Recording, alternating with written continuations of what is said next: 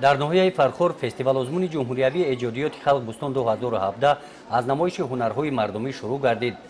дар ин намоиш аз ҳамаи ҷамоатҳои деҳоти ноҳия ҳунармандон маҳсули меҳнати худро ба маърази тамошо гузоштанд. кадбонуҳои фархорӣ ба ин намоиш бо дастархони пур аз таомҳои мардумӣ омаданд. дар ин намоиш аз рӯи ҳисоби аъзоёни ҳакамон зиёда аз 70 номгӯи таомҳои миллӣ гирд оварда шудаанд. кадбонуҳо аз ҷамоатҳои деҳоти Дарқад, ҷамоати деҳоти Фархор, ҷамоати деҳоти Ватан оиди тарзи тайёр намудани баъзе аз таомҳои миллӣ маълумот доданд. ҳар як зан бояд ки маҳорати кадбонугӣ дошта бошад.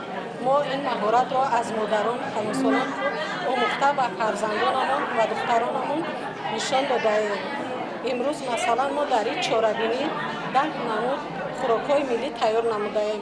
масалан як аз он ширкаду, фатирмаска, оши тупа, оши бурида, оши палов, ширбиринҷ, ширбат ва ғайраҳо. ҳамаи ин маҳсулотое ки мо хӯрокҳо тайёр кардаем аз маҳсулотҳои худамон худӣ мебошад. дар баробари ҳунари кадбонугӣ дар Фархор занон бо шуғли гулдӯзӣ, қуроғӣ, зардӯзиву расмкашӣ ва заргарӣ машғул мебошанд. гуфтан ба маврид аст ки ин ҳунарҳо дар давраи соҳибистиқлолии Тоҷикистон рушд карда истодаанд. ин куртаҳои чакан ва дигар гулдӯзиҳоро занони ҳунарманд аз ҷамоатҳои деҳоти Зафар, Деҳқонариқ, Гулшан, Ғалаба ва ҷамоати Шаҳрак дар ин рӯз ба намоиш гузоштанд. зиёдтар аз 30 сол мешавад ки ман ҳамихел собиқаи корӣ дорам, либосҳои миллӣ медӯзам. мо ва фарзандонам ҳамаамон либосҳои миллиро нағз мебинем ва мехоҳем ки ҷавонони ҳозира ҳамаашон либосҳои миллиро ба бар кунанд. либосҳое ки ҷавонон ҳозир ба бар мекунанд ба занҳои тоҷик намезебад, зеро ки либосҳои хоси худам нест. мисол на куртаҳои чакан, куртаҳои қароғӣ, ина хел тоқиҳои чакан, мӯйҳои майдабофӣ ба занҳои тоҷик мезебад. ба ман ҳам хел чизҳо маъқул аст. аъзоёни ҳакамон ба ҳунарҳои мардумӣ бахшида ба фестивал озмуни ҷумҳуриявии эҷодиёти халқ бӯстон 2017 ба ноҳияи Фархор баҳои баланд доданд. баргузории озмуни ҷумҳуриявии бӯстон 2017 ки имрӯз дар ноҳияи Фархор баргузор гардид, чеҳраҳои навро рӯи саҳна овард. мо дар зимни баргузории озмун дар иҷрокунандагони ки номинатсияҳоро иҷро карданд, сарояндагони ҷавон, навозандагони ҷавон, инҷо додароне ки сарояндагони ҷавон, навозандагони ҷавон ва чеҳраҳои навро дарёфт кардем ки дар минбаъда метавонанд ки нуфузу обрӯ эътибори фарҳанги миллии моро баланд бардоранд. ин падидаи нав аст зимни баргузории маҳфили бӯстон 2017.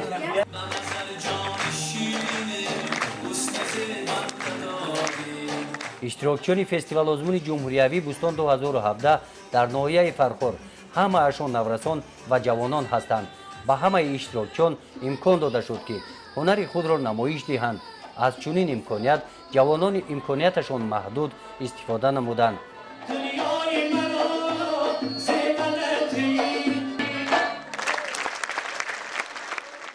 пеш аз ҳама миннатдории худро ба шабакаи телевизиони Сафина иброз мекунам, чунки бисёрам дар соли ҷавонон як иқдоми хуберо роҳандозӣ карданд, дарёфти истеъдодҳои ҷавон ва намоиш додани ҳунари онҳо.